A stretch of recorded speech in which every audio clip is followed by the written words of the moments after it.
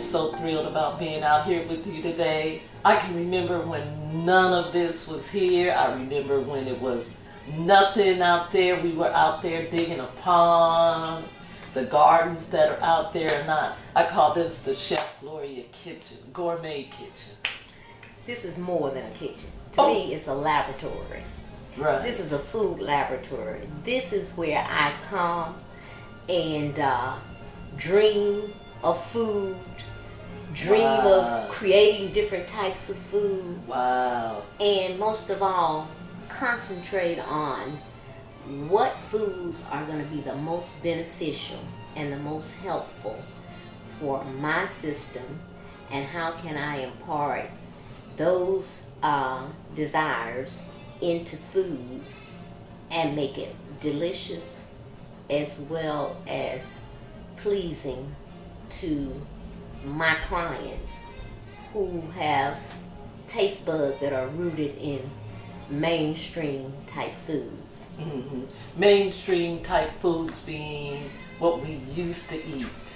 Not necessarily what we used to eat, but it's foods that have been purchased at markets, foods that have traveled great distances in order to reach us. Wait a minute. Before we get into all of that, how did you get to this moment? That is the most interesting thing to me. How did you get to this moment?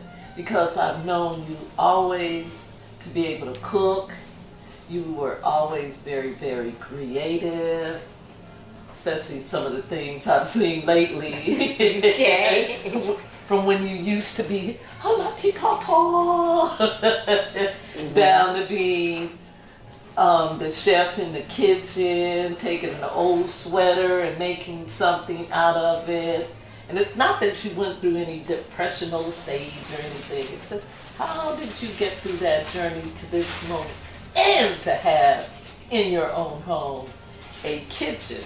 A certified, what is it, industrial kitchen? Yes, it is. Okay, girl, go ahead on. Yes, it is. Because if I don't want to just have this information, have these types of food at my disposal and not share it. And you know, I remember you because, well, it's been 20 years. You've always used herbs. I remember in Tuskegee when you had your garden. I've seen you with 2 gardens at least in Tuskegee. You've seen me with gardens growing in front of my beauty salon. Oh yes, I forgot about that. In clawfoot bathtubs. I forgot about that. That is so right. That is so right. Oh God. Remember I used to go out there and pick the mint? Right, and put it, and you used a lot of your own herbs from your garden on your foods. That's what suckered us all in to sit there in that beauty shop and wait all day to get a sample of your food. Well, I had so much to give that I was so blessed. Mm-hmm. And I was so anxious to share it. And I guess I just got kind of discombobulated in trying to share all the blessings all at one time. Gotcha. Okay. It's always been a real fine line for me to tread between doing my professional commitment slash friend slash nutritionist, doctor, all these skills that I think I possess. Oh, you possess them. Oh, thank you. You definitely possess them. Thank you. Because I know whenever anybody gets sick or something, it's like, okay, Gloria, what do we take? Oh, yeah. Mm-hmm. Oh, yeah.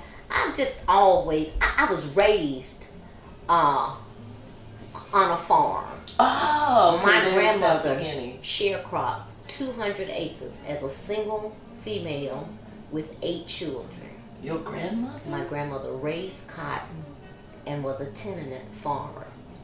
Wow. And that meant that she raised a crop that she had to give the landowner a portion of the proceeds from that crop.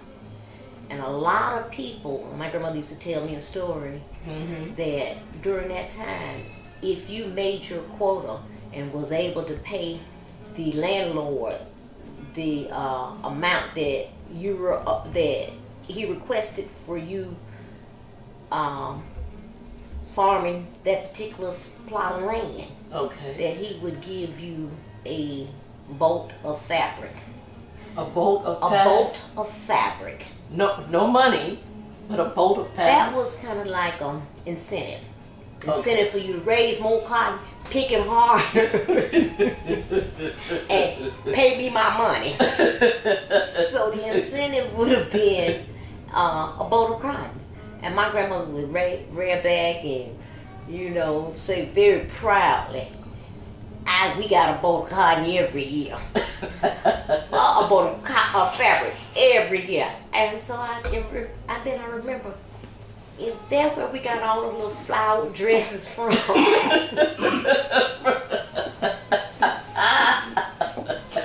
Well, she also was very proud of the fact that we were never hungry.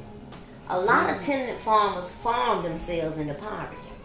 How do you mean they farm themselves into poverty? Well, for one thing, by the time the white landowners turned the land over to the black farmers, and started the sharecropping, as they had called it, the land was worn thin.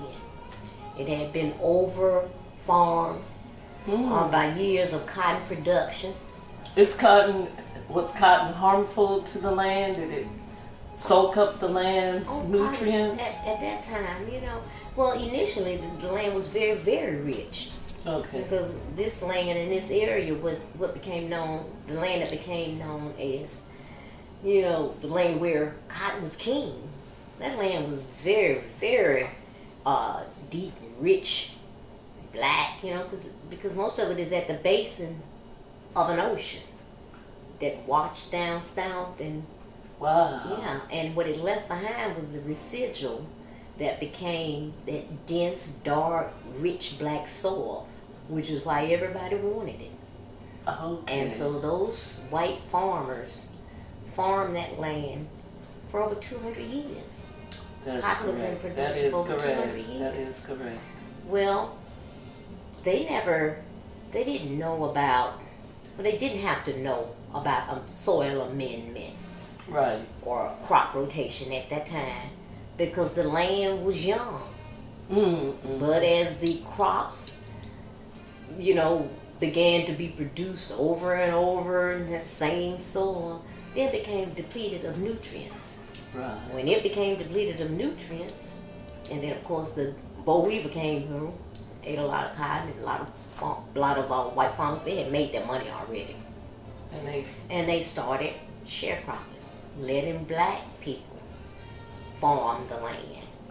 Instead of them farming it themselves and having black people work for them, they turned the soil over to black people. So someone like your grandmother, that's how she was able to get that land to work.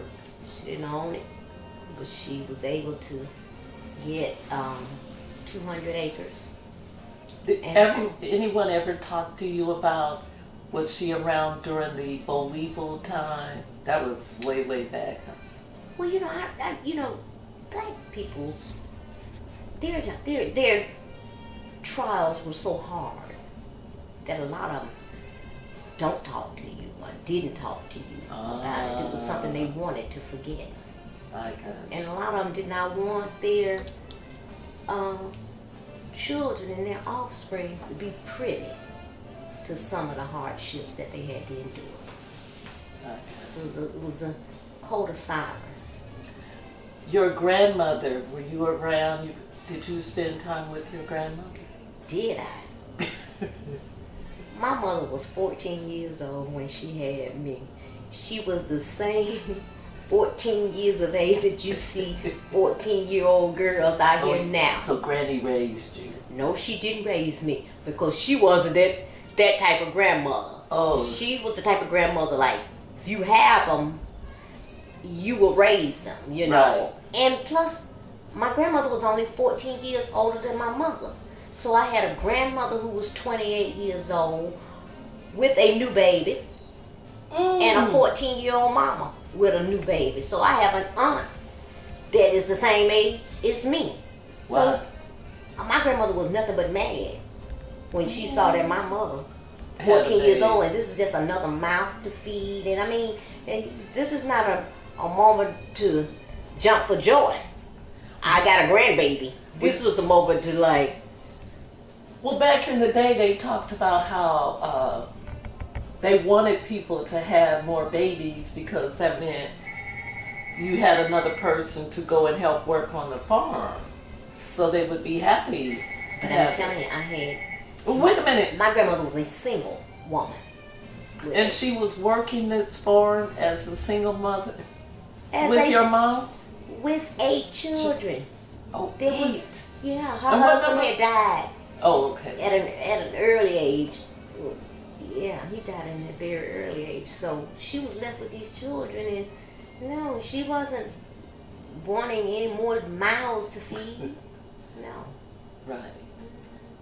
Well, what are some of the things that she taught you back at that time that you can see the effect of it today? It's like you have that beautiful garden out there. Work, work, work, work, work, and don't ever stop, and don't ever complain. That's why you're such a busy beaver. It must be. It's in my DNA. Yes. Because you're always moving. You're always doing something. I never saw my grandmother sit down or be idle. Oh. Well, now, did you go work out in the fields ever? I was such a pitiful field worker.